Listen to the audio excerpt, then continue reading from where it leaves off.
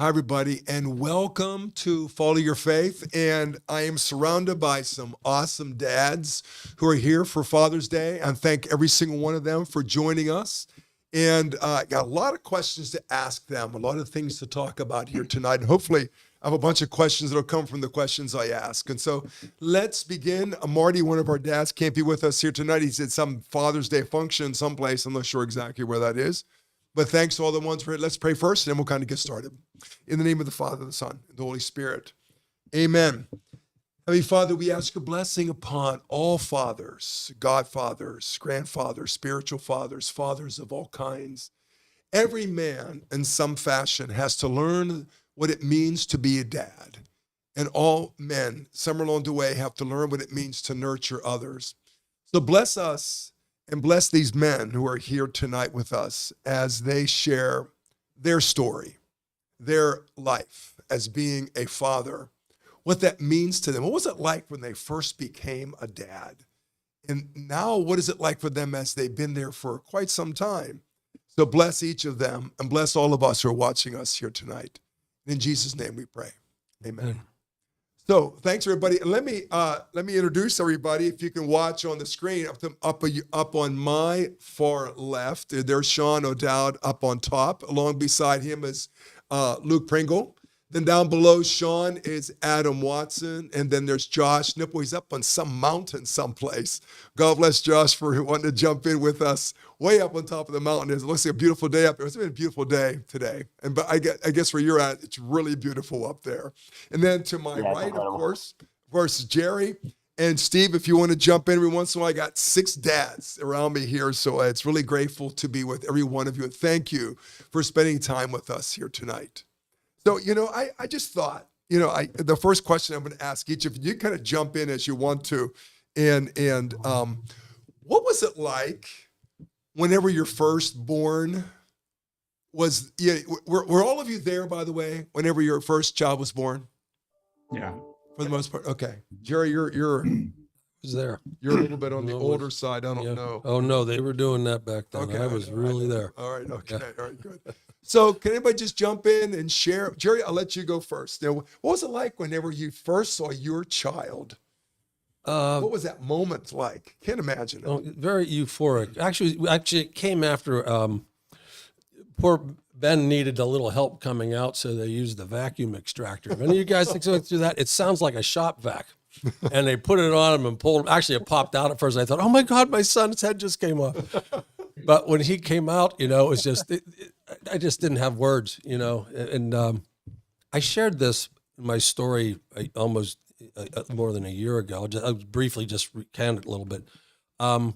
With all the excitement and everything, I don't know about you dads and stuff, because we men, we don't feel or we don't share our feelings very well. We'll do that here today. But with all the excitement and everyone fussing over Mary Kay and the new baby, I really wasn't sure how I felt.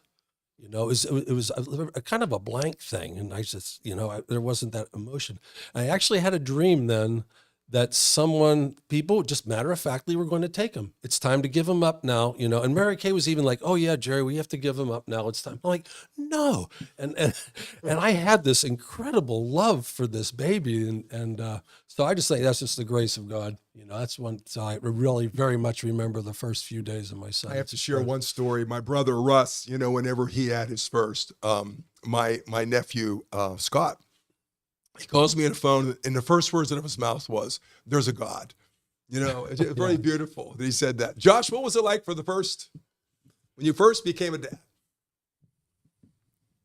Well, for Levi, was probably one of the most traumatic, scary moments I've ever dealt with, honestly, in my life, and challenged my faith more than anything.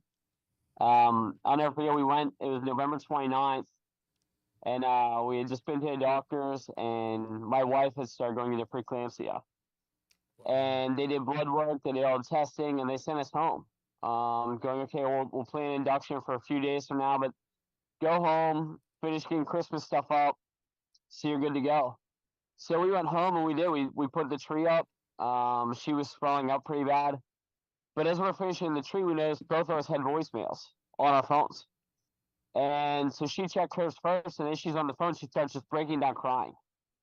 And she puts it on speaker, and it's her doctor going, I don't know why, I just woke up to read your test again, I already had the phone calling. You have to get to the ER immediately. Your baby's coming. Your body's shutting down. And I can't even tell you the drive to get there. All I know is we showed up, and when you're showing up to the hospital, and they're waiting outside for you to get there with the stretcher. They started putting IVs in her, monitors on her, for saying this is for the seizures, for the baby, this is for the baby's heart, this is for your heart. Like, I don't even know how many things they put into her that night. Must have been I just must have remember, been surreal. oh, it was unbelievable. And all I can say is, I did what every good Christian did. I freaked out. I got scared out of my mind. I'm just sitting there, I prayed. I started freaking out like none other. They're just saying seizures, trauma to heart. Like, I'm just losing it. But then Psalm 139 just kept replaying my mind of, okay, this baby, even before it's born, is in God's hands. All right, God, I got to trust you in this. I don't know what it means. I don't know what it looks like. But okay, we're going with it. He ended up being born healthy. They kept us there for 2-3 days. But in the 3 days we were there, she lost 40 pounds of water weight. And Wow. until all the water weight was gone from her pregnancy, she had dropped over 60 pounds of water weight. That's how far into like preeclampsia she was. Wow. So I remember like the first 2-3 days were just a stupor. Like, people come to visit us, but from all that trauma and what we went through, I don't have any memory of it really at all. Wow. So every single one of our kids had their own story though. When is it that when have you ever seen emergency waiting outside for somebody to come and show up? Wow. That's an That's amazing exactly how it story. felt. Yeah. The Thanks. fact that her doctor woke up again at 10 o'clock at night to say, I should recheck these tests. Like, we look back on it and go, that Wow. doesn't make sense. That's a sign from God. Yeah, absolutely. Mhm. Or Angel was Wow. checking after you guys. Adam, what was it Yeah. like for your firstborn? Terrifying. I basically sat in a chair and rubbed Hope's neck while she did the whole process. Thought I was going to pass out the entire time. We were pretty young. We were 24, I think. And he was actually my first experience of really ever being around a baby. So I had absolutely no idea what I was doing. But she gives birth like a champ, so she handles the processes usually way better than I do. How about you, Sean? Yeah, well, it was a wonderful experience for me. I mean, I come from a large family, so I have my mom comes from a family of 10. I come from a family of 8. So it was one of those things where, we're just used to the busyness, the chaos, and everything else. And I always remember, telling God, whenever we were expecting our firstborn Cullen, I said, Lord, if you make this a healthy baby, if you give us a healthy baby, I'll do everything that I can to take care of the rest. And it was just one of those things where, you being younger and married like that, you're not sure, there's going to be a change in your life, but you're not sure how big of a change it's going to be. We experienced that with Cullen, and then whenever the twins came 18 months later, it was the same thing. Boy, he was the center of our universe for that 18 months. And now we're gonna more than double the size of our kids by having these twins. And but each one of the births, was awesome. I mean, it was a wonderful blessing experience to be there, being with Chris, and with the firstborn. I was the go-between. So whenever Chris would have the pains and the issues, I would be running out to tell the nurses, get in there. She's having a lot of pain, a lot of discomfort, so I was actually glad to be there, overnight and sort of running for her, because I didn't want her to be in incredible pain where she can't rest and she can't focus on this birth. So that it was a long, wonderful 24-hour experience, probably more so for me than Chris, but Sure. it was just it was a blessing to be there. Great. Luke, what was it like for you? It was a little bit different for me because my oldest is 19 now. And we weren't married. It's not my wife's son, but it was definitely a little different. We weren't ready for a child by any means, but I said a lot of prayers that night.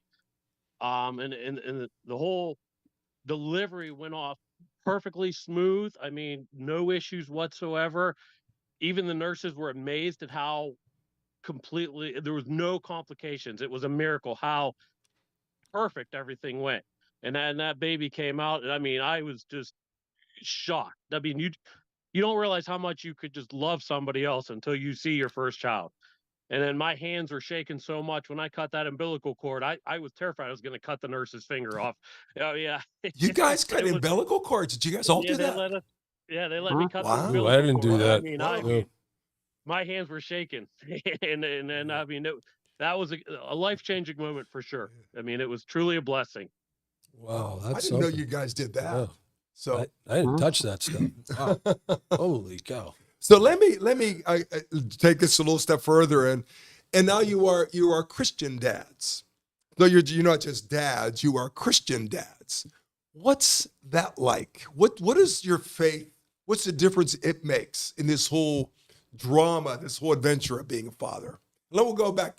Luke, we'll let you start off with that one. I think finding my faith has really helped with learning to have more patience, to understand what a family unit really means, and it's really helped guided me to give my sons direction, I believe, on where they need to go to help strengthen their faith, which I believe will help them through their life. Very good. Very good. Sean?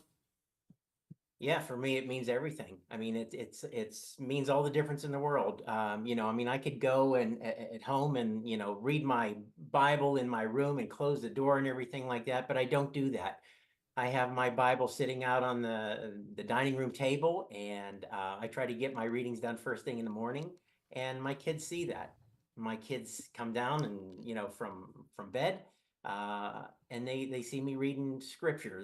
I think what a wonderful example that is, you know, to show them, you know, and to me, you know, I guess, and if I'm in tune with being a Christian dad and raising my children, I can actually see God in that whole experience.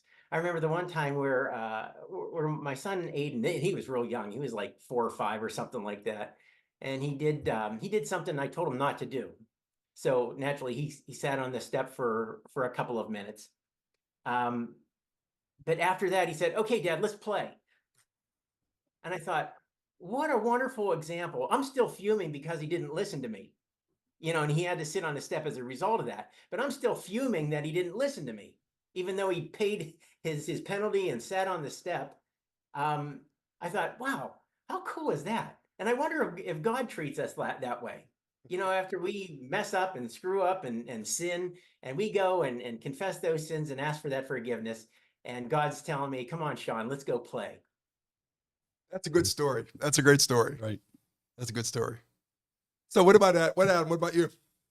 So my experience is pretty much the opposite. Like my coming to faith has been started by my wife, and actually I came to it more through my kids. It wasn't me leading it at first. My kids have actually led me more towards Christ because they're very faith filled. My wife has always been very faith filled, and seeing my 5-year-old goes to Omos, and he actually started getting us to come to the Thursday masses. And they pray every night and every day throughout the day, and they actually led me more towards faith through that. And yeah, being around children, if you don't believe in God and you hang out with kids, you got something. You got to figure something out. You know. I know there's something sacred about hanging around with kids. That's Yeah. for sure. That's for sure. Josh. So I grew up in a Christian home, and my dad always talked to my brother and I about grace and how no matter how much trouble or what happened in life, my parents would always love us. And my dad was always that example of grace, but I never understood it completely until I had Eli, until we had our first child. And every child has challenged it completely in whole new ways. But once I had a kid, I understood that, you know, there's been moments in life where he breaks the rules. He doesn't listen to what we say. He completely chooses his own path. But that's never going to stop Lindsay and I from loving him. And be able to sit down and tell him that and talk to him about how God's grace is that example of Romans 8 going, there's nothing in all creation that'll separate us from the love of God that's in Christ. And be able to say that, and guys, that's grace of how we love you. Man, it refocused and changed the way I see God's grace. You know, I could always hear it from my dad and go, "Oh, yeah, I hear you say you love me." But now that I have a kid, it's a whole new perspective of really understanding what it must be like for God to look at us in that way. Going, no matter how much we screw up, that love of Christ is still there. Two things. It's Understanding awesome. God's grace in that picture. Yeah, it's awesome. And You then, guys. Go ahead. Sorry. and then Eli, like, I'll never forget, he was about 2 years old, and I have a picture in my office of him and I walking hand in hand towards the cross. And now that picture I ended up doing a whole sermon series. Is follow me as I follow Christ. And like Sean was saying, being the example. You know, what if Eli or what if any of our kids came to us and said, "Okay, Sean, I heard you say about reading the Bible, but your Bible's up on the shelf. I never see you do it." Or Adam, I hear you tell me about how I should pray, but Dad, I never see you hit your knees. Or Luke, I hear you say that you should serve, but Dad, I never see you serve. Or Josh, I know you say I should forgive, but man, you hold bitterness. Like how convicting that was to me. If we're teaching our kids something and they speak back to us, as kids bluntly do, and go, "Well, Dad, I don't see you do that." And how much of an example we have to be. I think it's great that you guys keep talking about how you are expressions of God's love, you know, for your children. That's such a beautiful thing. And by the way, Josh's dad is Reverend Terry Nipple down at Franklin Street. And Josh is down at Franklin Street as well. I should have said that in the very beginning, that you're down at Franklin Street, which beautiful, beautiful church does so much good for different people. And Jerry, so what about you? Well, first of all, I think Josh is in an unfair playing field because of how he grew up and everything. Yeah. But I always had my faith.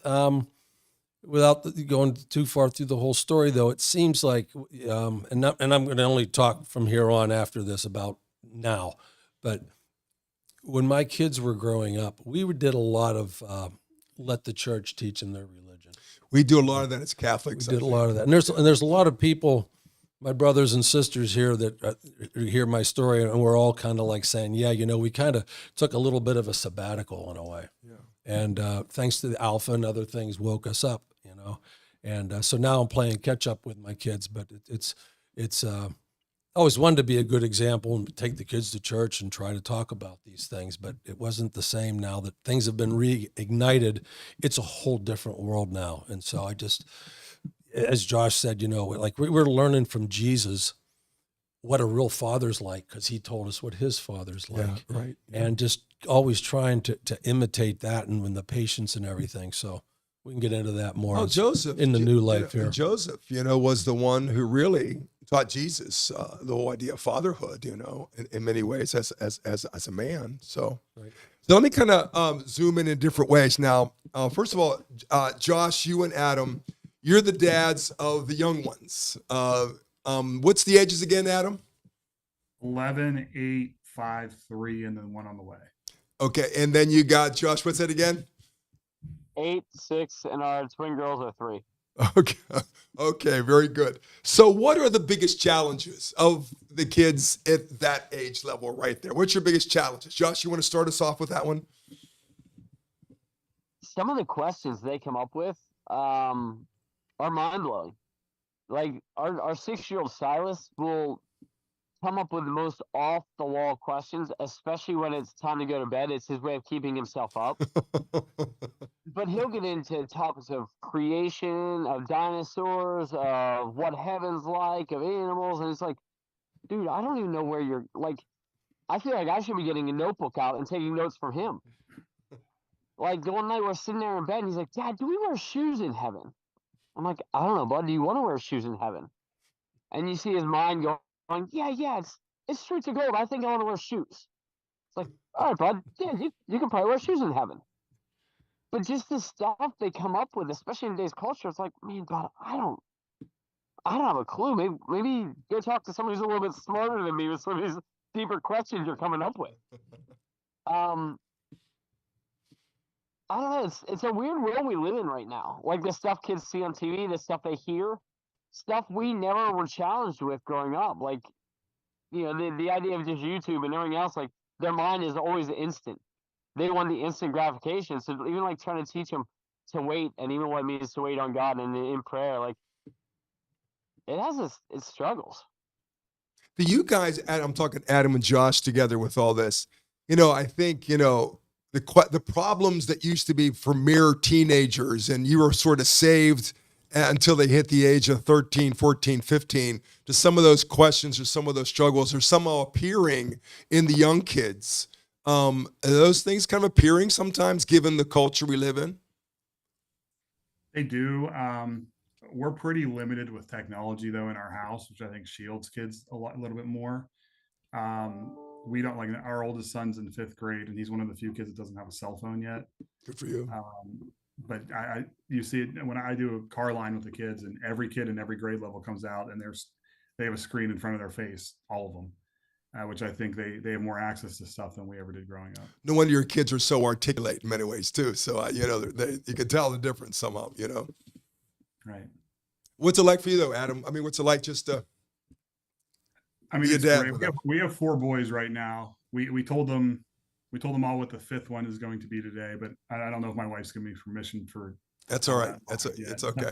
It's okay. Um, You better get permission first before you it's say anything. balancing Yes. the 4 right. It's balancing the 4 drastically different personalities all at once, and how you handle how each one handles how you discipline them. You have to discipline each one a little bit differently because they emotionally handle it all completely differently. And all 4 of my boys are pretty active, and they all, for whatever reason, like playing sports together usually ends up in a fist fight. So they all want me to individually play with each one of them at a time. And you feel bad when you're spending more time with another one than a different one on that specific day. And trying to balance that out can be pretty difficult. But it's great. We've enjoyed having a larger family. Good. You have good kids too.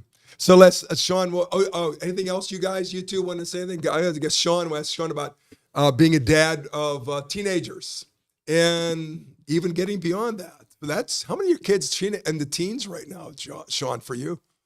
Yeah, we have 4 right now. So at one time we had 6. They ranged in ages from a couple of years ago from 13 to 19. Right now they're ranging in ages from 15 to 21. That should canonize you or something, I think. I'm not looking for an award here, Father Mark. I was thinking about that even coming on here. I'm not looking for the world's best dad or to hang a plaque on the wall or a trophy on the mantle. The only thing that I would like, and I hope I am able to achieve this someday, is drying off with a dry towel at some point in my life. That's great. That's great. How often do you get in the bathroom, first of all? Yeah, pretty frequently. I don't think that's a whole lot to ask. And I've been waiting for that for 21 years. And then my wife shared with me a couple of weeks ago that my kids are coming up to her and said, "Dad's using my towel again." It's like, holy cow, when did we change the rules? How dare you use one of their towels? How dare you? That's right. That's right. But I'll tell you what, Father Mark, it's one of those things, I remember a couple of years ago, you asked me, hey, when I, come on, Liturgy of the Word and talk about raising teenagers and things like that. And I remember I was telling you the one at that time, I said, I don't think I would be a really good person to have on to talk about raising teenagers. And you said, what are you talking about? You have 6 of them at home. And I said, yeah, but I never raised teenagers. I just raised children. And so I raised the kids, and Chris and I didn't allow the numbers in our family, the children, to change our lives. So if we were going to a restaurant, we would take all of our kids with us. If we were going to church, we would take all of our kids with us. So at a very young age, they learned that, they couldn't stand up on a table at a restaurant. They learned that they couldn't run up and down the aisles at the church. That's how we raised them. So, and we would always get these lectures of, wait till they're out of diapers and wait till they're in their terrible twos. And then, wait till they get into high school, wait till they become teenagers. And everybody's telling us about this other shoe that's ready to drop. Are you still waiting? It never dropped. We enjoyed each and every phase that the kids went through. We enjoy, you know, where they're at now. It's just been a real blessing, you know, and whenever you raise them in that responsibility, you know, they turn to be responsible teenagers, you know, and again, it's one of those things where you start them young. You know, I remember my one son, Braden. He was making he was just a young kid, but you know, 5, 6 years old, but he loved making fruit salads. And he would Okay. ask me, "Hey, Dad, That's good. should I put one or should I put 5 cans of mandarin oranges in this?" And I looked at him. I said, "Pal, I don't know. I'm not making it. You are." And so he did his own thing. I mean, I was going to eat whatever he put in there, but I wasn't going to tell him, "Oh, you know, we only have this size of a bowl. You know, we only have this many cans of mandarin orange. You know, you do your thing, Braden." And because of that, you know, he took responsibility for that, for his role in feeding the family. And it's a beautiful thing whenever, and I think kids thrive on that responsibility. You know, you do those things whenever they're young, as far as chores, and you expect things from them and of them.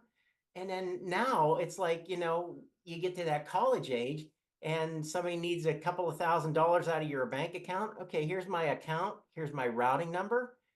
You pay your bill. And I don't know how God does it, you know, raising a family of 8 on a single family income, but there's always money there for the kids to go to school. And I'm just blown away at at how he leads us. He leads us down these roads. He ensures that kids, you know, meet their goals or their expectations or what they want to try to do in life. But I always see his handprint wherever we're at in that stage of life with these kids. So, you know, I don't know what it is to raise a teenager. I do know what it's like to raise children.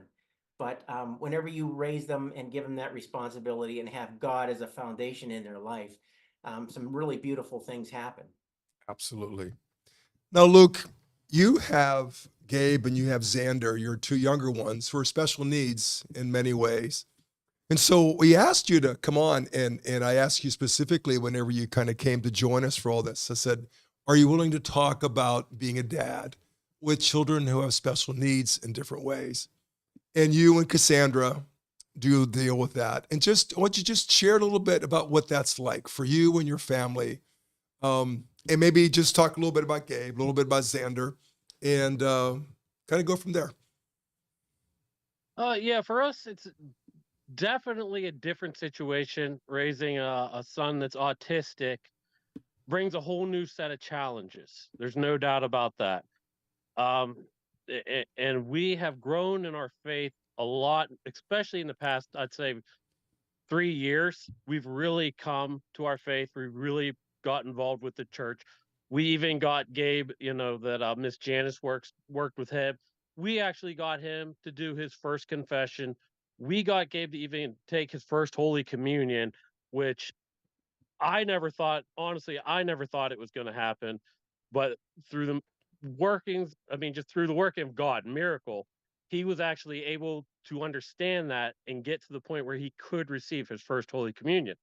And I mean, that was just one of the biggest miracles I've ever seen in my life.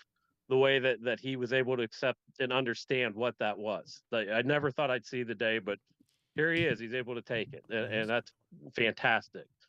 But on a day to day, I mean, and then you have little Xander, and I mean, he's great, absolutely a blessing. That kid is just, I mean, he cracks me up. I could have the worst day, and that kid, he just, and even like, you know, they say some of the things he says too. It's like, where do they come up with this stuff? Well, Yeah, we were in we church. asked when we asked you to come on, it was kind of funny. We were outside today, and I said, "You know, Dad's gonna be on TV," and he wasn't paying attention to me at all. He wasn't. He was looking the other way. Hey, your dad's gonna be Right. on TV, and finally he turns and he goes, "Really? Is that true? Is that really true?" Yeah. That was so Yeah, funny he when he said did that. That's really true. Well, I have a question for Luke. Luke, your journey, you said, you know, like in the last 3 years, you've really grown your faith. Can you explain that a little bit as far as what motivated you? You know, whenever my faith increases, because I have to say, I don't know what else to do. I'm completely powerless. So could you kind of talk about that a little bit? Sure. So really, I think back to about 3 years ago or so, And a lot of it comes down to with Gabe. We were talking about me and Cassandra making dinner, when we were talking about if he would ever be able to take First Holy Communion. And we were just discussing it over dinner. And then we got into a conversation about, I think it was the difference between like God's law and man's law, and what you would have to go to confession for. And again, with Gabe, what he would be able to confess, things like that. And she says, well, I have a book. It's one of those dummy books, Catholicism for Dummies. Nice And speed. it's somewhere over in the pantry or something. I was all right. So I found it and I had to dig for it. I find this book and I open this book up, and it goes directly to what is required for First Holy Communion. I mean, the thing's 500 pages long, and I just randomly opened it up and it goes right to the exact page. And I couldn't believe it. I said, wow, that's that's got to be some kind of sign right there. So we talked about it, and then I just randomly opened the book up again, and sure enough, it goes right to God's law compared to man's law. I mean, it was exactly right to the other part of the book that we needed, which was hundreds of pages away from each other. And I said, wow, that's a sign right there. And then she looked at me and she said, maybe he's calling you back. Maybe God's calling you back. And sure enough, that's when I went, and I went to church the following week, and I said I needed to get to confession. And I was actually late. I was too late to go to confession that Wednesday. And then I stayed for mass. And after Wednesday night mass, I talked to Father Mark and I said, I had missed confession. I'm sorry, I'll come back another day. And he stopped everything. He said, no, let's go right now. And he put everything on hold and gave me the time that I needed to get my confession out. And we had a nice long talk about everything. And I said, well, I'm going to get my confirmation. And sure enough, here I am. I mean, he said, go through Alpha. I went through Alpha. I'm going to sign up this fall to actually facilitate a course. I mean, it just keeps going and going. And I've learned that every time I just get the opportunity from the Holy Spirit, I just say, yes, here I am on this YouTube podcast right now. Yes. Okay. I'll come and give, what I can. I do what I can. Good for you. Awesome. Yeah. That's great. So and they're very, and your kids are special in a lot of different ways. Especially, I don't know what or Xander's going to say next sometimes, but anyways, what a joy. He had asked me a couple weeks ago. One thing he had said that really made me think. He's been reading books and he learned about how a narrator works in books. And he looks at me and he says, "Is God a narrator of my life?" And I said, "Well." I don't know. I guess that's a question you'll have to figure out on your own, maybe. I don't know. Yeah, in some way. Yeah, very good. So, Jerry, how old are your kids? My children are 27, 32, and 33. Wow. Yeah. Wow. So Yep. so like being a two, dad. two of them married. Are you a grand? You're a grandkid. Yeah. We had our 19, 20 months ago, we had our first. Mhm. They lived down in San Good, Antonio, good. and we just found out that my son, eldest Ben, whose head didn't come off when he was born, and his wife Morgan, they're going to have their first child in November. So, and Maggie, she's still on the hunt. But anyway, What's the she's- challenge now? The challenge now is something I should have done earlier. Again, I'm not going to keep talking about the past. Is listening. Being there for them, trying to be now at this stage in my life, Mary Kay and I are trying to be examples, and, giving them good advice, we hope, when they're seeking it, Mhm. that's the hard thing to do, and, leading up to that though, going to what Sean was saying too, looking back at every stage of their life, from birth to walking, to kindergarten, to their first soccer game, as they're developing, and we have 3, Sean's got 6, and the other guys have multiple too. They're all different personalities. They come from the same place, but they couldn't be more different.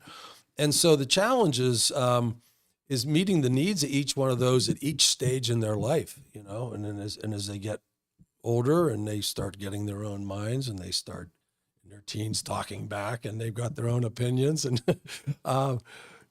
but just loving them. We have a great relationship with our kids, and somebody once said that if you do things right, your children won't need you. You Not in the same way. yeah. They'll you teach. C.S. Lewis said something like, when you feed them, so eventually they won't have to. You won't have to feed them; they'll feed themselves. You teach them, so they'll teach themselves. And the greatest reward is that they don't really need you.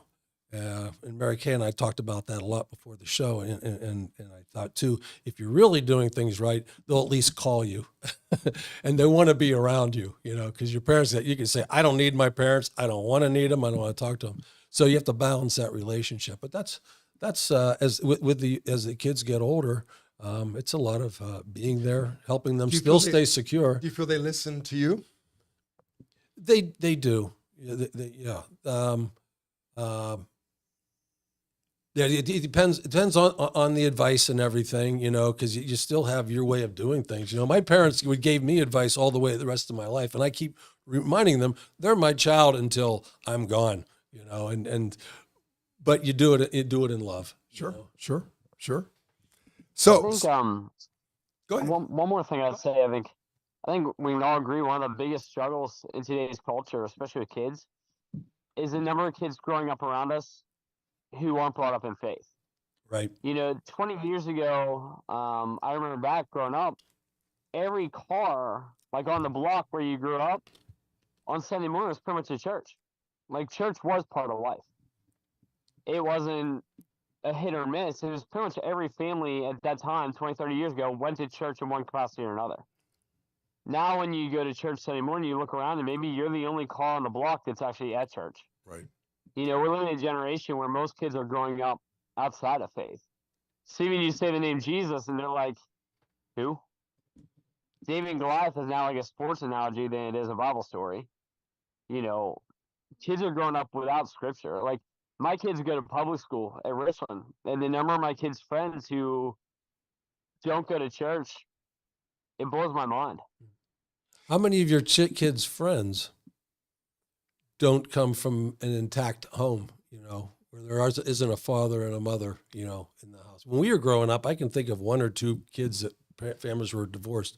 And my children, they actually had fear in their eyes, worrying about my wife and I, because so many of their friends had broken homes. And I'm not being judgmental or anything. It's just it's sad, Well, all that leads to a kind of a question. You guys can jump in. I don't want to pick an order with all this. How do you make church a part of a dimension of the whole concept of faith in the life of your family? How does that incorporate it in? How does that work for you guys? Because all of you guys, all of us here, are practicing within the context of a faith community. How do you work that in, and is it difficult? What's the challenges? But just the whole idea of the church become part of all that. Anyone want to share first with all that? Yeah, I'll tell you what, Father Mark. We pose that question to our kids. As they enter into high school, and then we're eventually off to college. But whenever they were still in high school, Chris and I asked those questions to the kids. I said, look, whenever you go off to college next year or the next 2 years, do you think you'll still go to church? And my oldest son, Colin, said, I think we will. I think I will, just because I'm used to doing it. I'm in the routine of doing it. And I thought, wow, for 17, 18-year-old kid to say something like that, I'll take that. Even if the personal relationship might not be there or be intact, he's working his way to having that. Sure. Just by saying, yeah, I think I will, just because I saw mom and dad doing it. Sure. Anybody else? Just jump in. I'll call on Adam then. My wife's big on, if it's something that's important to you, you'll find time to do it. We always find time for sports, so why not find time to go to church? Sure. Sure. And Josh? I think for us, one of the greatest ways we've gotten our kids to really like embrace church is actually the Thursday night like family dinner. Whoa. Because they know, like with my dad and I both preaching, that Sundays is just part of what we do. Sundays is just that's all my kids know. But we didn't want church just be about, oh, it's daddy and pappy's work, but it's a place of relationship, it's a place of family. So getting them involved in serving like the family night dinners, that's actually now how they start getting their friends to go to church, is through serving the dinner. You know, my wife and I, for the longest time, Yeah, servants. tried to figure out how to get our neighbors to go to church, and all the time we get all kinds of excuses. But then our kids started inviting their kids to go serve the dinner with them, and now Thursdays it's almost like we need a church van just to take kids from the neighborhood with us to go serve the dinner. And out of that, their parents have started going. So like our kids actually being able to be active in the service and not just sitting in a pew has changed everything for them. Like going and actually be able to serve and not just sit and listen. It's personal. That is not the first time I've heard that. As a matter of fact, many times, even that 4:00 mass we have, or excuse me, that Thursday morning mass we have, that has drawn more parents into church, into a life of Yeah. faith, into a community of faith. I don't care if it's homos or not, but those kids and them wanting to be engaged in all that. We baptized a couple kids there too. That has done more to drag the parents to a life of faith than I think in a lot of things do. That whole idea of service. Is that what Josh is saying tied into? Because I wanted to bring this up. Your homily this weekend. It's all blessing. Yeah. I Yeah, was thinking yeah. about that, Planting the seed. Yeah. Part of that seed and going with that, and I think that's really important. That we're, as parents, we're always trying to plant that seed and get the kids to plant the seed too. Absolutely. Yeah. But if you wanted to expound on that a little bit as a Well, the whole idea, I think the idea of praying, who do you want me to engage today? And then listening to them and then serving them. I think serving other people is the fastest way we're going to get folks to be able to come to a life of faith. And your kids doing that. What an awesome thing. They're just doing it as a part of, it's just normal for them to do that. That's the best part, I think, of the whole thing. I want to ask you guys a question. Whenever we first started talking about this, there's a book I have here by and Andrew Dozay. He's talking about Saint Joseph. He's the shadow of the Father. And in the back of the book, as a matter of fact, I believe it's the appendix of the book, he makes this sentence, and I would like to hear each of you talk about this, every one of you. He writes, "The shrinking of obligations of the role of fatherhood is one of the profound tragedies of our civilization. The shrinking of the role of fatherhood. It is the absence of the father that makes so many individuals insecure, disoriented, profoundly unhappy, and oftentimes even dangerous." So, as a matter of fact, I think psychology has actually named it, called the father wound. The shrinking of the obligations of the role of father in our culture today. Could you, as I mentioned in my opening prayer, if you look at the media and how they treat fathers, oftentimes it's like you're a bunch of idiots. Like I think of different sitcoms. Bumbling. Yeah, sitcoms. Like every once in a while, I'll watch Everybody Loves Raymond. And of course, Raymond is like an idiot, sort of like all the way through the whole thing. And all the other ones, it's like these fathers are just sort of bumblers who are sitting around in their chair, reading the newspaper with their feet up or something. But what do you think? Is there a shrinking of the obligations of the role of fatherhood? What do you think is the cause for all that? And what must we do? What must we do with all that? Does that understand? The question make sense with all that? Josh, you want to get us started? I'd say we're relying on too many other sources to raise our kids. We're relying on the church to raise our kids in faith. We're relying on the schools to teach our kids what they should learn. It's like, oh, if the church is taking care of it, why do I need to? Mhm. If the school's taking care of that topic, why do I need to discuss it? And it gives us an excuse and out instead of being active in our kids' lives. We're passing the buck on to someone else, and then when our kids are screwing up, like, well, that wasn't my role anyhow. That was mommy's role. That was the teacher's role. That was somebody else's role. A kid turns from a faith, oh, Father Mark failed. He wasn't there for me. No, it wasn't your role. You're there to lead, but only it's parents' role to be the example. Yeah, I think you're Sure. right, Josh. I mean, it's one of those things where, I mean, I know, Chris and I take the role of being a parent, extremely serious, and it's one of those things, we went even into marriage before we even had children. And it's like, look, one of us is going to be home with the kids as we have them, as we start creating a family, as they start growing up. Both of us were working at the time, and I didn't think it was going to be me. But whenever I had lost my job, I was the one that's staying home with the kids. And it is the best job that I've ever had in my entire life. And I'm perfectly content with my life taking a backseat to wherever the kids' interests are, what they want to do with their lives, what they want to do with everything. And it's one of those things where I just wanted to be available to them. So, it was one, and I didn't realize how important that job was. I'm thinking, oh, come on, Lord, I'm out of work. I'm supposed to be the breadwinner. I'm supposed to bring the money, pay bills, buy stuff. And I'm not. And it took me until my son Braden was in the first grade, and he was like 6 years old at the time. And before he would get on the bus, he would sometimes have a difficult time going to school. But before he got on the bus, he said, "Hey, Dad, are you going to be around today? Are you going to be here? You're not going anywhere?" And I say, "Pal, I'm just going to be waiting here for you all day. And whenever you get off the bus, we're going to play." And I think that, that helped him get on the bus to put in a full day of school. But also, it was a reminder to me that God has me exactly where he wants me in my life. And that is to be home with the kids, giving them that reassurance that I'm going to be there. Whatever happens, whatever comes up, that I'm going to be there for them. And that's Awesome. that's what I love about it. So, Luke, what do you think? About the shrinking role of fatherhood? What do you think about that? I think that in today's society, it almost seems like single parents, it's almost like a reward anymore. Like it's almost like you're braver if you do it alone.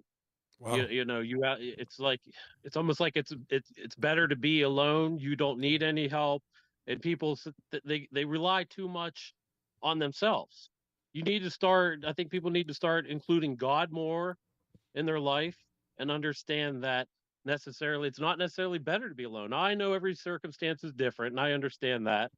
But if you can find somebody to share your life with and increase your faith, that right there it makes all the difference in the world. I mean, it's completely changed my life and has made everything. It really brings everything into focus, and all the struggles and hardships. It's not that they aren't there. It's just you can deal with it, with a partner and with Christ. You can deal with it, and it just everything just falls into place where it should. Adam, your thoughts about that? The shrinking role of fatherhood in our culture today. I think a lot of it is people get married without a faith-based marriage, so marriage doesn't hold up for a lot of people. I think a lot of men have children without the expectation of raising children. I know a lot of men that value money to the point where they work so much that they're never home with their children.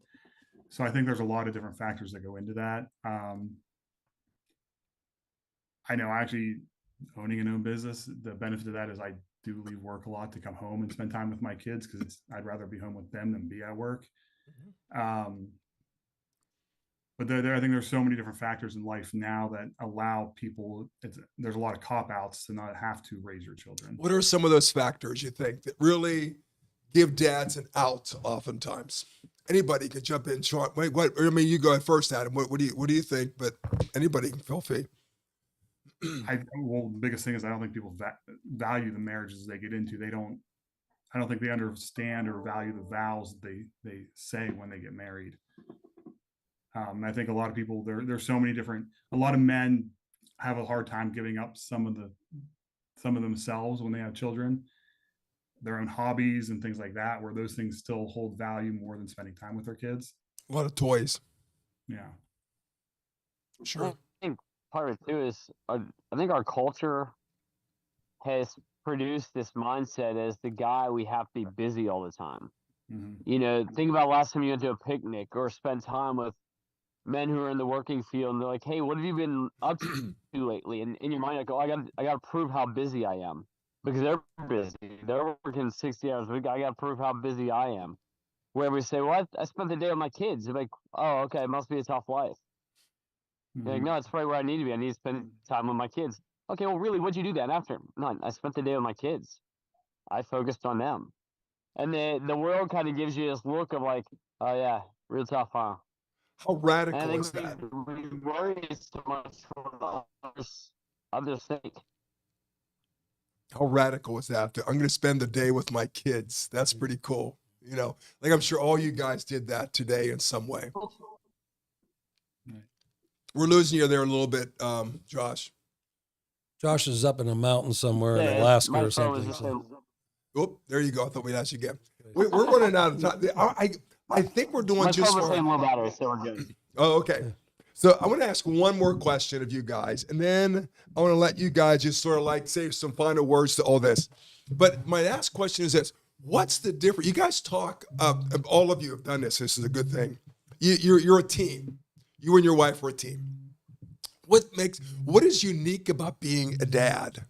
What makes a dad a dad? What makes a mom a mom? Why does it need to be two of you? Why is it best whenever there's two of you, a mom and a dad, doing this together?